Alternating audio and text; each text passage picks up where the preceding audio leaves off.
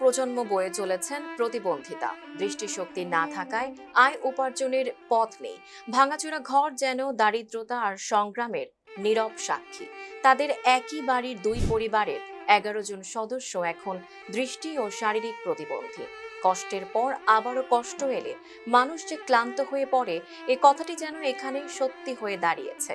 শিক্ষার আলো থেকে বঞ্চিত ভবিষ্যৎ প্রজন্মকে নিয়েও দুশ্চিন্তায় দিন কাটছে পরিবারের বড়দের। লাইফে কোনো কিছুর গ্যারান্টি নাই, তাই ইন্স্যুরেন্স করুন সিটি ব্যাংকে, কারণ ইন্স্যুরেন্স করলে সিটিতে সুরক্ষা পাবেন নিশ্চিন্তে। মৌলভীবাজারের রাজনগর উপজেলার কামারচাক ইউনিয়নের প্রত্যন্ত গ্রাম দক্ষিণ ইসলামপুরে বসবাস কামাল মুন্সি ও লাফুল মিয়ার পরিবারের। সহোদর কামাল মুন্সি ও লাফুল মিয়ার দাদা ও বাবা ছিলেন দৃষ্টি প্রতিবন্ধী। একই প্রতিবন্ধকতা নিয়ে জন্ম হয় কামাল ও লাফুল মিয়ার। বংশ পরম্পরায় কামাল মুন্সির পরিবারে তার ছেলে জগলু মিয়া, ফখরুল মিয়া, সফি বেগম একই প্রতিবন্ধকতা নিয়ে জন্ম হয়। এখন তাদের সন্তান ফাইজা শুধু দৃষ্টি প্রতিবন্ধী হলেও শারমিন ও সোহানের দৃষ্টির পাশাপাশি রয়েছে মানসিক প্রতিবন্ধকতাও। আর লাফুল মিয়ার পরিবারে তিনি, তার ছেলে সারজক মিয়া, নাতি আকবর আলী আর নাতনি আনিকা আক্তারও দৃষ্টি প্রতিবন্ধী। এভাবে প্রজন্মের পর প্রজন্ম বয়ে চলেছেন তারা প্রতিবন্ধিতা।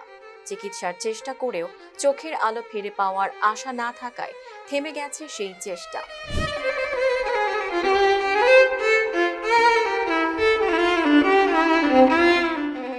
সবাই অন্ধ, 11 জন মানুষ আমরা অন্ধ। আমরা চলতে ফিরতে আমরা খুব কষ্ট। বাদে দাদা, বাদে আমার আব্বা, এরপরে আমরা, এরপরে আমার ছেলে মেয়ে।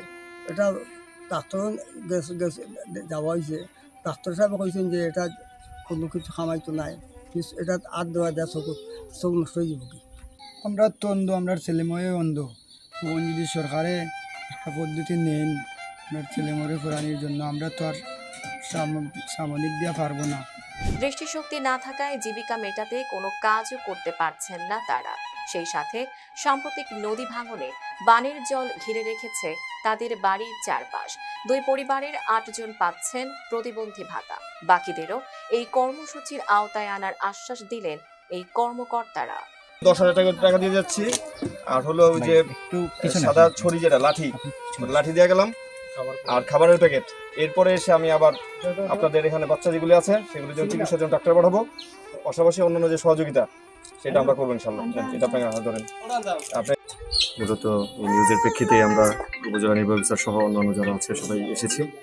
মাননীয় প্রধানমন্ত্রীর পক্ষ থেকে তাদেরকে ত্রাণ সহযোগিতা করলাম। পাশাপাশি আমরা এটা জেনেছি যে তাদের পরিবারের 11 জন মেম্বার চোখে দেখে না। তো এই ব্যাপারে আমরা প্রয়োজনীয় যে ব্যবস্থা সরকারের তরফ থেকে সেটা অবশ্যই নিব। আর পাশাপাশি অন্যান্য যে সহযোগিতা আছে সেটা ইনশাআল্লাহ তাদেরকে করা হবে। লাইফে কখন কি হয় গ্যারান্টি আছে, তাই ইন্স্যুরেন্স করুন সিটি ব্যাংকে, কারণ ইন্স্যুরেন্স করলে সিটিতে সুরক্ষা পাবেন নিশ্চিন্তে। আজকে আমরা কিছু সাদা ছড়ি নিয়ে আসছি, তাদেরকে দেওয়া হয়েছে। আর আমরা এখানে একটা মেডিকেল ক্যাম্পের মতো করে, চক্ষু একটা ক্যাম্প করে কিভাবে তাদেরকে চিকিৎসা দেওয়া যায় সেটা আমরা আমাদের বিবেচনা আছে। এটা খুব শীঘ্রই এই বন্যা পরিস্থিতি যখন আরো ভালো হবে তখন আমি এটা বাস্তবায়ন করব।